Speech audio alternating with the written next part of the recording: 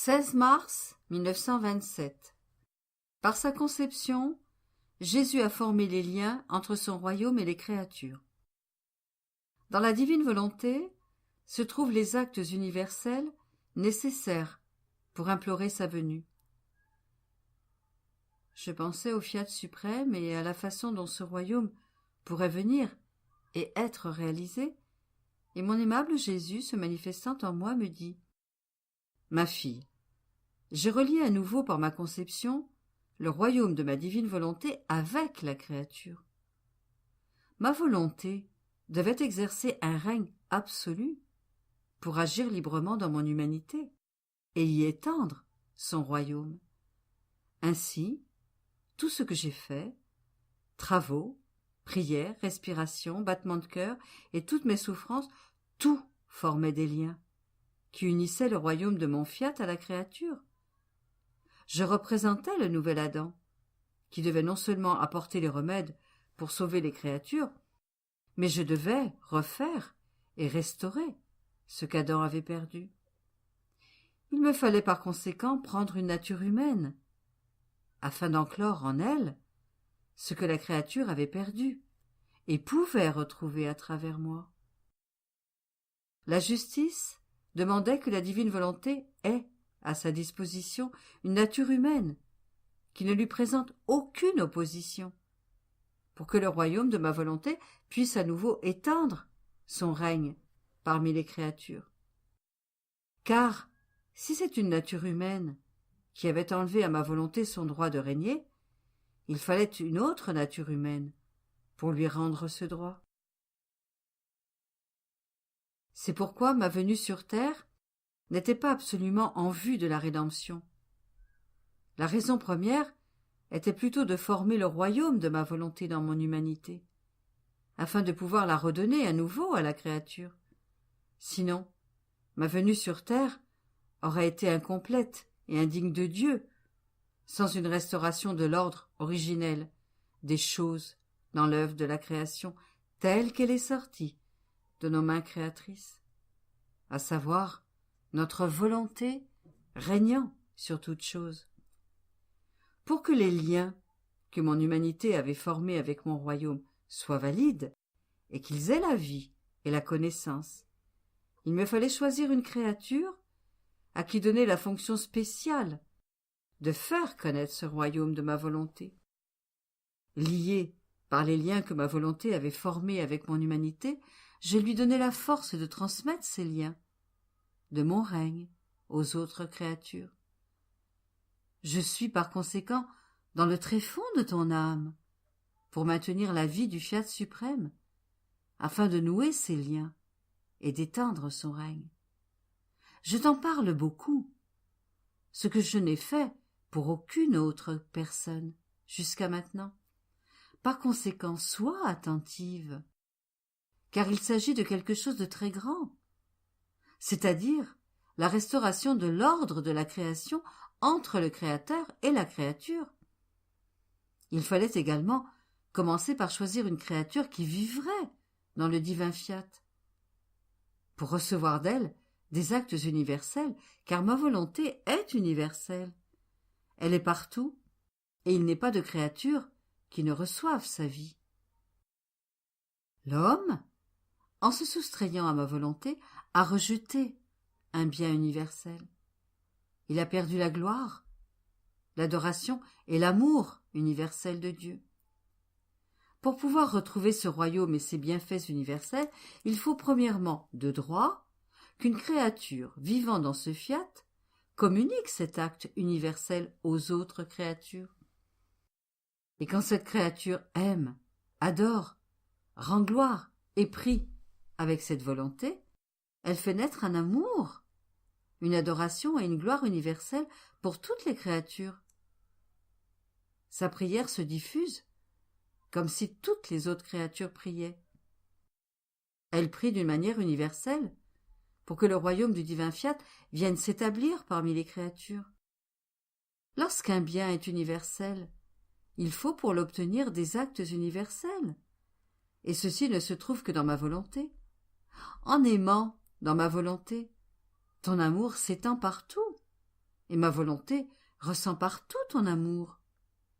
Se sentant suivie partout, elle sent en toi le premier amour tel qu'il avait été établi au commencement dans la créature pour aimer ma volonté. Elle sent son écho dans ton amour, qui ne sait pas comment aimer d'un amour fini et limité, mais qui aime d'un amour infini et universel. Ma volonté ressent le premier amour d'Adam avant son péché, amour qui ne faisait que répéter l'écho de la volonté de son Créateur. Et ces actes universels, qui la suivent partout, font que ma volonté se sent attirée à venir régner à nouveau parmi les créatures. C'est donc toi que j'ai choisi, ma fille, parmi les descendants d'Adam, non seulement pour manifester la connaissance, le bien et les prodiges de ce fiat, mais afin qu'en vivant dans ma volonté et avec tes actes universels, tu puisses contraindre ma volonté à venir pour régner à nouveau parmi les créatures, tout comme au commencement de la création. C'est donc à toi qu'il est donné d'unir toutes les créatures, de les embrasser toutes, afin qu'en trouvant en toi toute chose, car en ma volonté se trouve toute chose, tout sera de nouveau en harmonie, elles échangeront le baiser de paix, et mon règne sera restauré parmi les créatures. C'est pourquoi il est nécessaire de faire connaître les merveilles de mon fiat suprême, pour disposer les créatures, les attirer, les amener à désirer et vouloir ce royaume, et languir après les biens qu'il contient. Il fallait d'abord choisir une créature qui vivrait dans mon fiat, et qui, avec ses actes universels qui sont divins, accomplirait ma volonté, et implorerait le royaume de mon fiat pour les créatures. J'agis comme un roi, dont le peuple s'est rebellé contre ses lois. Faisant usage de sa puissance, il met celui-ci en prison, envoie celui-là en exil, et enlève à cet autre tous ses biens. Bref, chacun a ce qu'il mérite selon la justice. Après un temps, le roi éprouve de la compassion pour son peuple. Dans sa tristesse, il choisit un de ses plus fidèles ministres et lui dit « Tu as ma confiance, et j'ai décidé de te confier le mandat de rappeler ces pauvres exilés, de libérer les prisonniers et de rendre à tous les possessions que je leur avais prises. Et s'ils me sont fidèles, je redoublerai leurs biens et leurs bienfaits. » Le roi et son fidèle ministre discutent donc longuement, et tout est changé. D'autant que ce ministre était toujours auprès du roi, en le priant pour son peuple, afin qu'il lui accorde la grâce du pardon et de la réconciliation. Ainsi, après avoir tout arrangé ensemble dans le secret, ils appellent les autres ministres et leur donnent l'ordre d'annoncer au peuple, aux prisonniers et aux exilés, la bonne nouvelle que le roi veut faire la paix avec eux, qu'il veut que chacun reprenne sa place et retrouve tous les biens que le roi veut leur donner. Cette bonne nouvelle est annoncée. Le peuple l'attend avec un grand désir, et chacun se dispose par ses actes à recevoir sa liberté et le royaume perdu.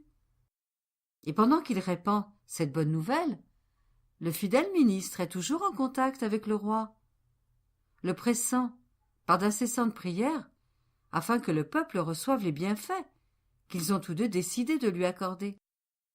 C'est exactement ce que j'ai fait, car ce qui peut être accompli dans le secret de l'amour et de la souffrance entre deux êtres qui s'aiment vraiment ne peut pas l'être avec un grand nombre.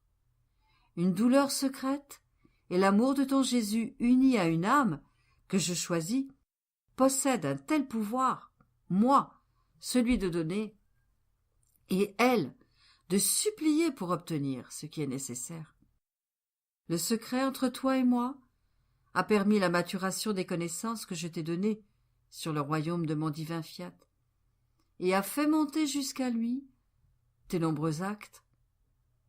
Le secret entre toi et moi m'a permis d'épancher ma longue tristesse, pour tous ces siècles où ma volonté, alors qu'elle était parmi les créatures, et constituait la vie de chacun de leurs actes, était inconnue et demeurait dans un état de souffrance continuelle. Ma fille, ma souffrance épanchée dans le secret du cœur de celui qui m'aime, possède la vertu de changer la justice en miséricorde, et mon amertume en douceur. Je me suis donc confiée à toi, et après avoir tout décidé ensemble, j'ai appelé mes ministres, en leur donnant l'ordre de faire connaître au peuple la bonne nouvelle de mon fiat suprême, de toutes ses connaissances, et de l'appel lancé à tous de venir dans mon royaume, de sortir des prisons, de revenir de l'exil de leur propre volonté, et de prendre possession des biens qu'ils avaient perdus, afin de ne plus vivre malheureux et esclaves de la volonté humaine, mais heureux et libres dans ma divine volonté. Et tout comme ce secret possédait la vertu de nous faire converser cœur à cœur, en révélant toutes les merveilles de ce fiat éternel longtemps tenu secrète, leur révélation frappera le peuple, et ils viendront prier pour que mon règne vienne, ce qui mettra fin à tous leurs maux. 19 mars 1927. Préoccupation. Celui qui ne finit pas sa mission sur la terre l'accomplira au ciel. La mission du fiat sera très longue. L'ordre de la sagesse infinie. J'étais inquiète concernant la santé du révérend père Di Francia. Les lettres que je recevais de lui étaient presque alarmantes. Je pensais à l'avenir de mes écrits. Pourquoi tenait-il tant à les emporter avec lui? Que vont-ils devenir? Si notre Seigneur le rappelait dans la patrie céleste, la mission de la publication et de la connaissance du fiat ne porterait aucun fruit, car il n'a pratiquement encore rien fait. Il a commencé, tout au plus. Il a la volonté de les publier, mais c'est un très long travail, et qui sait combien de temps cela prendra. Quant au Père, si Jésus le rappelle tout au début de cette mission, elle ne portera aucun fruit, et ce sera la même chose pour moi, si j'ai la chance de partir pour ma patrie éternelle. Quels seront les fruits de ma mission? À quoi bon tous ces sacrifices? Ces nuits entières, passées à écrire? Les nombreux intérêts de Jésus seront eux aussi sans fruit, car il a dit lui-même qu'un bienfait n'apporte ses fruits que s'il est connu. Par conséquent, si ces écrits ne sont pas connus, ils seront comme des fruits cachés sans personne, pour recevoir les biens qu'ils contiennent. J'ai pensé à tout cela lorsque mon Jésus se manifesta en moi et me dit: « Ma fille, si quelqu'un a reçu une mission et qu'il a eu à peine le temps de commencer à la remplir, ou qu'il ne l'a pas complètement achevée, et qu'à ce moment je l'appelle au ciel, c'est de là-haut qu'il complétera sa mission. C'est qu'il aura en lui, dans les profondeurs de son âme, le dépôt du bien de la connaissance qu'il aura acquise dans sa vie, et il le comprendra plus clairement au ciel. Et comprenant le grand bien de la connaissance du fiat suprême, il priera, et fera prier le ciel tout entier, pour que mon fiat soit connu sur la terre. Il suppliera qu'une lumière plus claire soit accordée à ceux qui travailleront à le faire connaître. De plus, chaque connaissance de ma volonté sera une gloire de plus pour l'âme, un bonheur plus grand, et à mesure que ma volonté deviendra connue sur la terre, la gloire et le bonheur de l'âme seront redoublés, car ce sera l'accomplissement de sa mission qu'elle désirait remplir. Il est juste qu'à mesure que sa mission s'accomplit sur la terre, elle reçoive le fruit de cette mission. C'est pourquoi je lui ai dit de se hâter. Je l'ai rendu attentif à ne pas perdre de temps, car je voulais non seulement qu'il commence, mais qu'il accomplisse une grande partie de la publication des connaissances du fiat éternel, afin qu'il n'ait pas à tout faire du haut du ciel. Par contre, celui qui a rempli sa mission sur la terre peut dire: « Ma mission est terminée, Quiconque n'a pas terminé sa mission sur terre doit le faire au ciel. Quant à toi, ta mission est très longue, et tu ne peux pas la compléter sur la terre. Tant que toutes les connaissances sur le royaume de la divine volonté ne seront pas connues sur la terre, ta mission ne sera pas terminée. Au ciel, tu auras beaucoup à faire.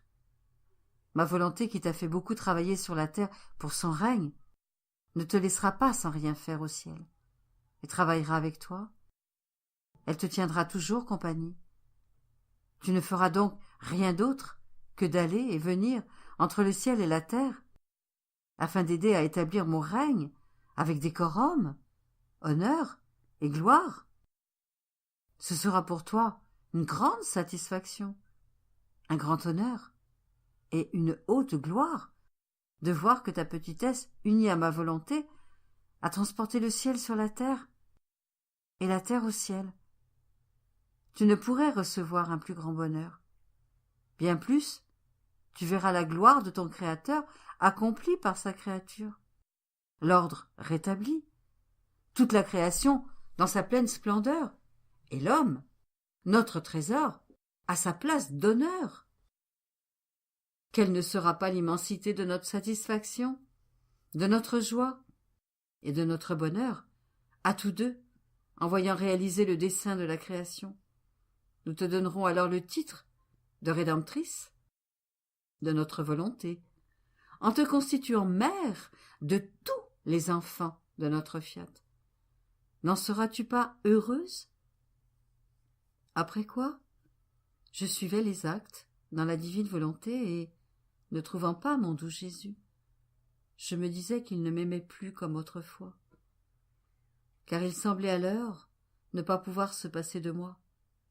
Il ne faisait qu'aller et venir, et maintenant il me laisse seule, des jours entiers. Il avait l'habitude de m'emmener au ciel, et puis de me ramener sur terre. À mon grand désespoir, maintenant tout est terminé. Mais je pensais cela, lorsqu'il se manifesta en moi et me dit « Ma fille, tu m'offenses, en pensant que je ne t'aime plus comme avant. Ce n'est rien d'autre que l'ordre de mon infinie sagesse.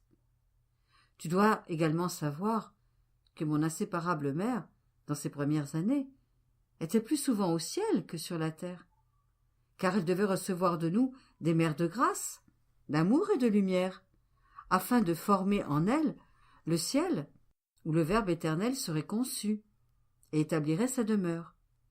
Et lorsque le ciel fut formé dans la reine souveraine, il n'a plus été nécessaire qu'elle vienne aussi souvent dans la céleste patrie, parce qu'elle avait en elle ce qui était le ciel. J'ai fait la même chose avec toi. Ce qui était nécessaire avant ne l'est plus aujourd'hui. Et qu'est-ce qui est préférable?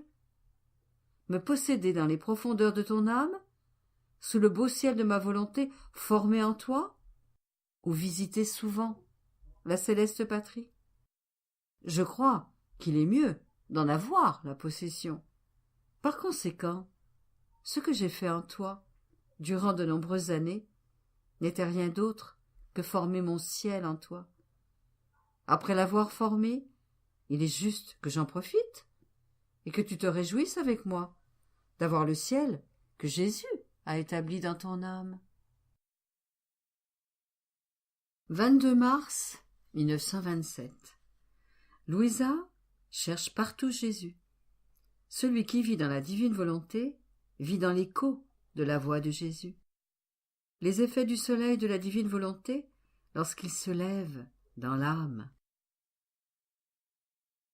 Poursuivant dans mon état habituel, je suivais la divine volonté dans la création, allant d'une chose à une autre, et j'appelais ma douce vie, mon cher Jésus, pour qu'il vienne suivre avec moi les actes de sa volonté dans toutes les choses créées.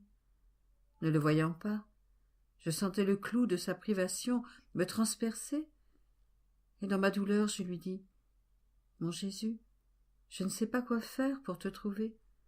Je demande à ta justice de t'appeler dans la mer, et à ta puissance dans le fracas des vagues, et tu ne m'écoutes pas.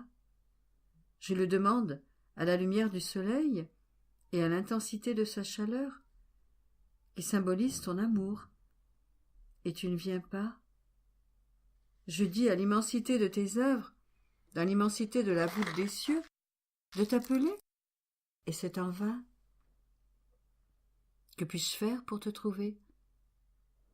Si je ne te trouve pas, au milieu de tes œuvres, dans les limites de ta volonté même, où puis-je trouver ma vie? J'épanchai ainsi ma peine, lorsqu'il se manifesta en moi et me dit « Comme tu es belle, ma fille, qu'il est beau de voir ta petitesse, perdue dans ma volonté, me chercher au milieu de mes œuvres, sans me trouver. » Et je lui dis « Mon Jésus, tu me fais mourir. Dis-moi, où te caches-tu » Et Jésus « Je suis caché en toi. Lorsque tu entends la voix de quelqu'un, tu te dis qu'en entendant la voix de cette personne, elle doit être près de toi. Ma volonté est l'écho de ma voix. Si tu restes dans ma volonté et que tu fais ta ronde parmi les œuvres de mon fiat, tu es déjà dans l'écho de ma voix. Et je suis alors près de toi, ou en toi. Je te fais le don avec mon fiat de te rendre jusqu'où parvient ma voix, et aussi loin que c'est à mon fiat. Surprise, je lui dis « Mon amour, ta voix s'étend très loin, parce qu'il n'existe pas de lieu où ta volonté ne soit pas. » Et Jésus ajouta « Certainement, ma fille, il ne peut y avoir ni volonté ni voix s'il n'y a pas quelqu'un pour les émettre. C'est pourquoi ma volonté est partout. Il n'y a pas de lieu où ma voix qui porte mon fiat à toute chose ne parvient pas.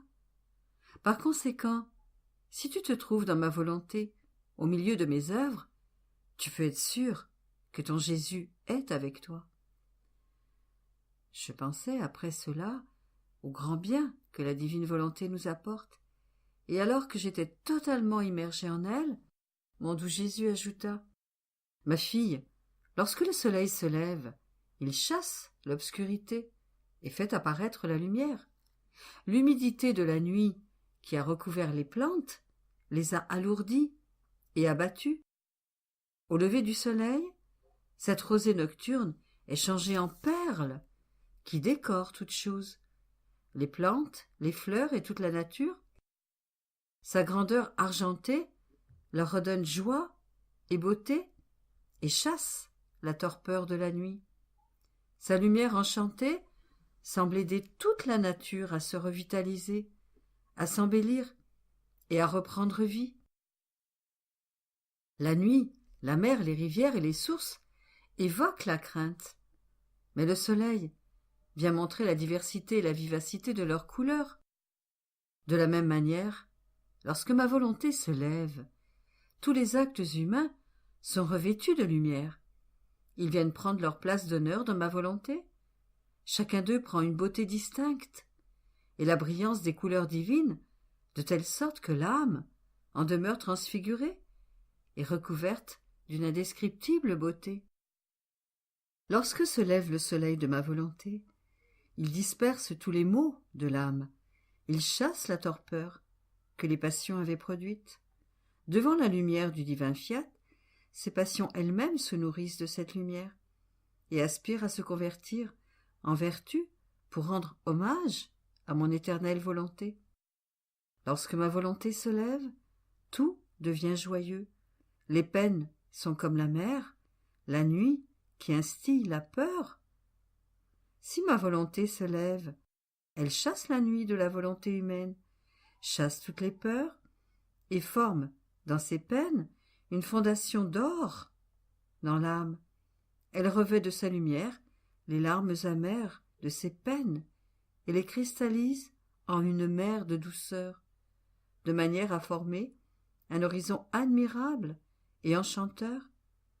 Y a-t-il une chose que ma volonté ne puisse faire? Elle peut tout faire et peut tout donner. Là où ma volonté se lève, elle apporte des choses dignes de nos mains créatrices.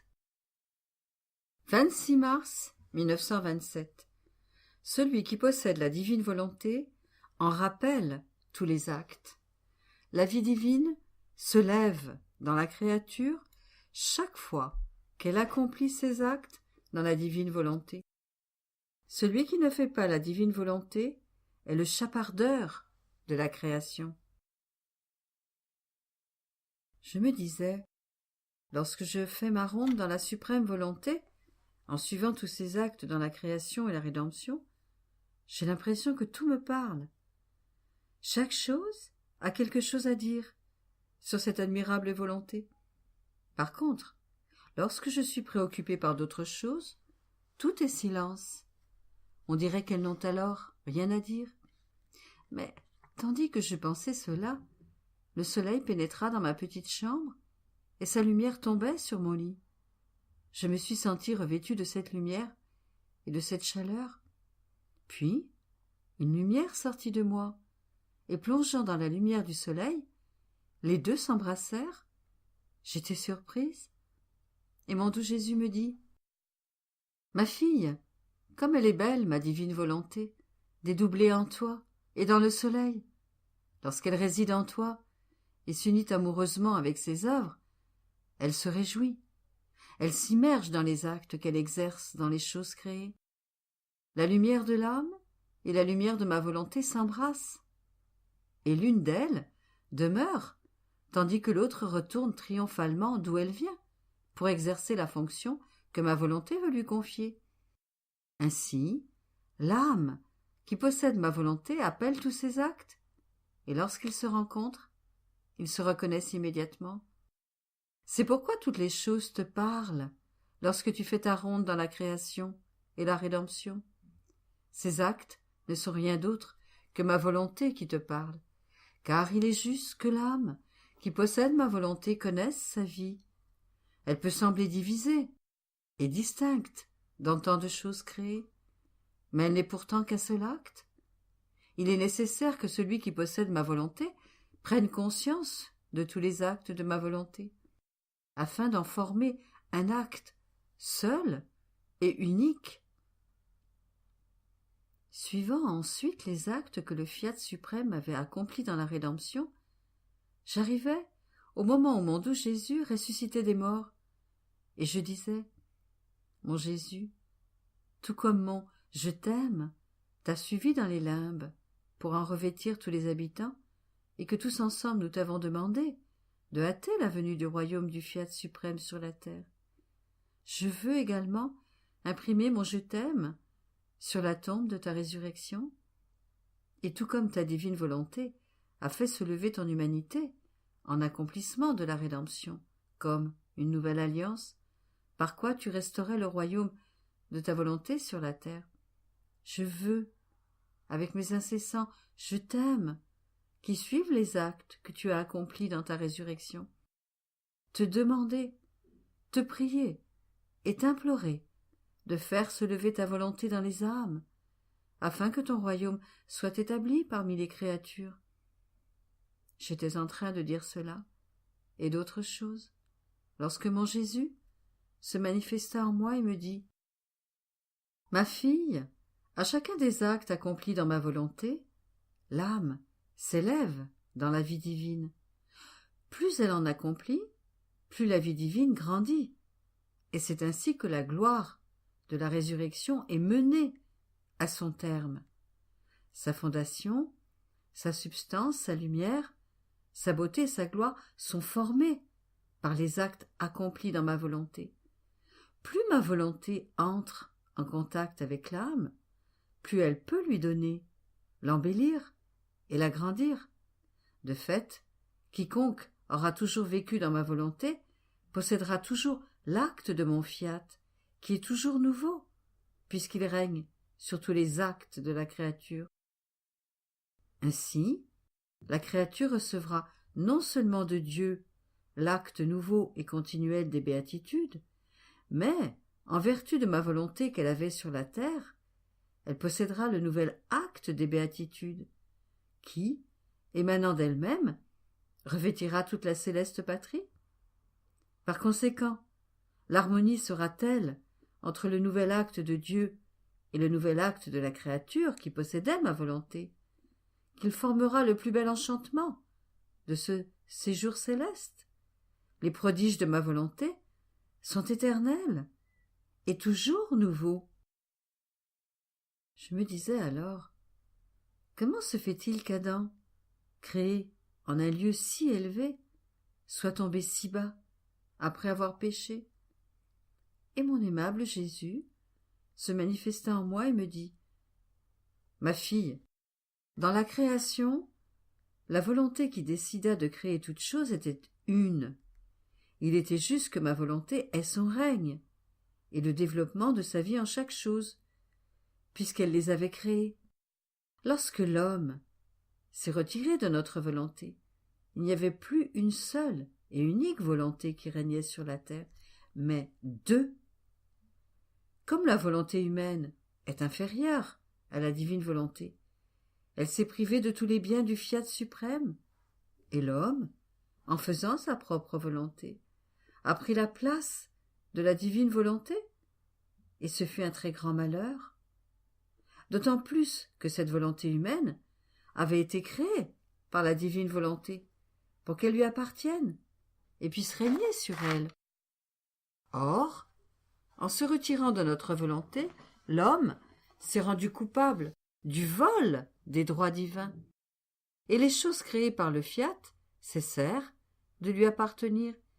Il lui fallait donc trouver un endroit extérieur à nos œuvres créatrices. Mais c'était impossible. Cet endroit n'existe pas. Et comme il n'avait plus notre volonté, il s'est servi des œuvres de notre création pour vivre. Il s'est servi du soleil, de l'eau, des fruits de la terre, de tout le créé. Ce sont toutes des choses qu'il a volées. Ainsi, l'homme, en cessant de faire notre volonté, est devenu le chapardeur de tous nos biens. Comme il était douloureux de voir que la création allait servir tant de déserteurs, tant de créatures qui n'appartenaient pas au divin fiat.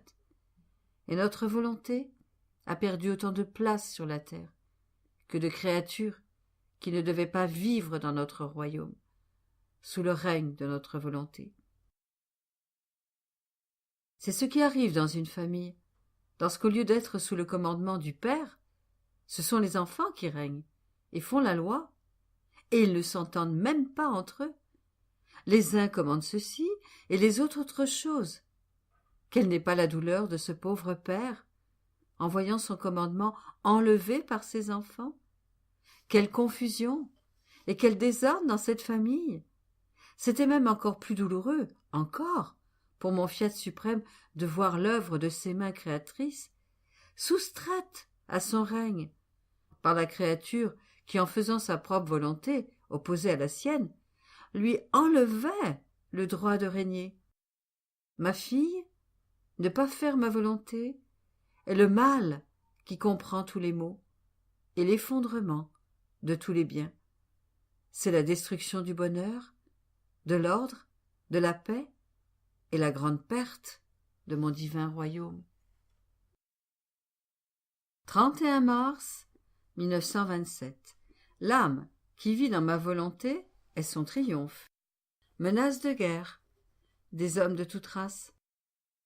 Je me sentais totalement immergée et abandonnée dans la divine volonté, et je suivais ses actes, lorsque mon doux Jésus se manifesta en moi et me dit « Ma fille, le triomphe de ma divine volonté, c'est l'âme vivant en elle.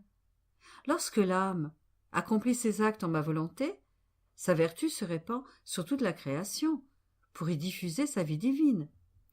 L'âme qui vit dans ma volonté me donne l'occasion de répandre ma vie autant de fois que l'âme accomplit des actes en elle.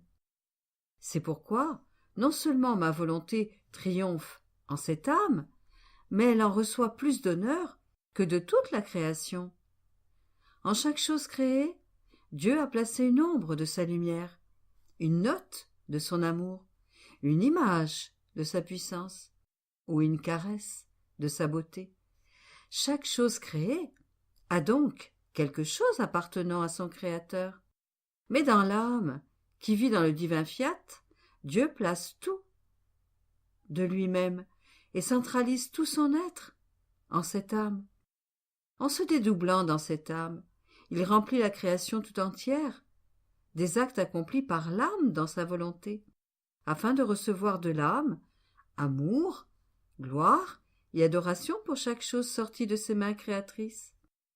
L'âme qui vit dans ma volonté établit un rapport avec toutes les choses créées, et prenant à cœur l'honneur de son Créateur, l'âme envoie un échange pour tout ce que le Créateur a fait en chaque chose créée, de la plus petite à la plus grande. C'est pourquoi tous les moyens de communication sont ouverts entre l'âme et Dieu. La créature entre dans l'ordre divin et jouit d'une harmonie parfaite avec l'être suprême, et c'est pourquoi elle est le vrai triomphe de ma volonté. Par contre, l'âme qui n'est pas dans ma volonté vit avec la volonté humaine et ferme par conséquent toutes les communications avec l'être suprême. Tout est désordre et discordance. Le rapport de l'âme est avec ses passions, et ses actes ressortent dans ses passions. Elle ne comprend rien à ce que dit son Créateur. Elle rampe sur la terre comme un serpent et vit dans le désordre des choses humaines.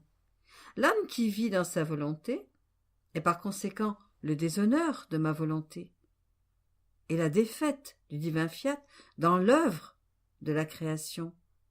Quelle souffrance, ma fille, quel malheur que la volonté humaine veuille vaincre la volonté de son Créateur, une volonté qu'il aime tant et désire le triomphe de sa volonté dans la créature. Je me plaignais à Jésus de ses privations.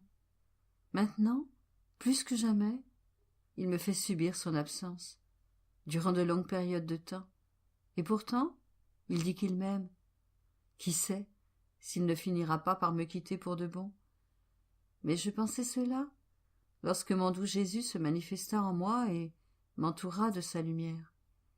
Dans cette lumière, il me fit voir des guerres et des révolutions violentes, des civils combattant des catholiques. On voyait toutes les races combattre, et toutes préparaient d'autres guerres. Et Jésus, très triste, me dit « Ma fille, tu ne sais pas à quel point mon cœur brûlant veut courir avec amour vers les créatures. Mais dans sa course, elle le rejette. Au contraire, elle se précipite brutalement contre moi pour m'offenser, avec d'horribles faux-semblants. Mon amour, se voyant persécuté, appelle alors ma justice, qui le défend, et frappe de fléau ceux qui le persécutent. Leurs faux-semblants à mon égard, ainsi qu'entre les nations, sont découverts, et leur imposture est révélée. Au lieu de s'aimer, ils se haïssent férocement.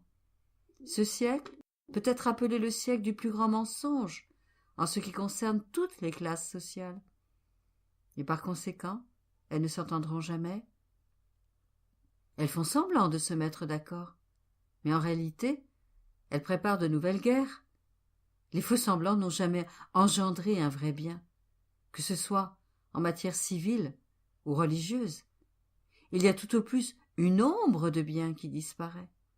La paix, qui est louée en parole et non en action, est convertie en préparatif pour la guerre. Comme tu le vois déjà, beaucoup de races différentes se réunissent pour le combat, sous un prétexte ou un autre. D'autres encore vont se réunir. Je vais me servir de l'union de ces différentes races, car pour que vienne le royaume de ma divine volonté, il faut une union de ces différentes races au moyen d'une autre guerre, qui s'étendra bien plus loin que la dernière, et où l'Italie était financièrement impliquée. Avec l'union de ces races, ils en viendront à se connaître. Et après la guerre, il sera plus facile de diffuser le royaume de ma volonté. Alors, sois patiente pour endurer ma privation et le vide que veut former ma justice, pour défendre mon amour persécuté. Prie et offre tout cela pour que vienne bientôt le royaume de mon fiat.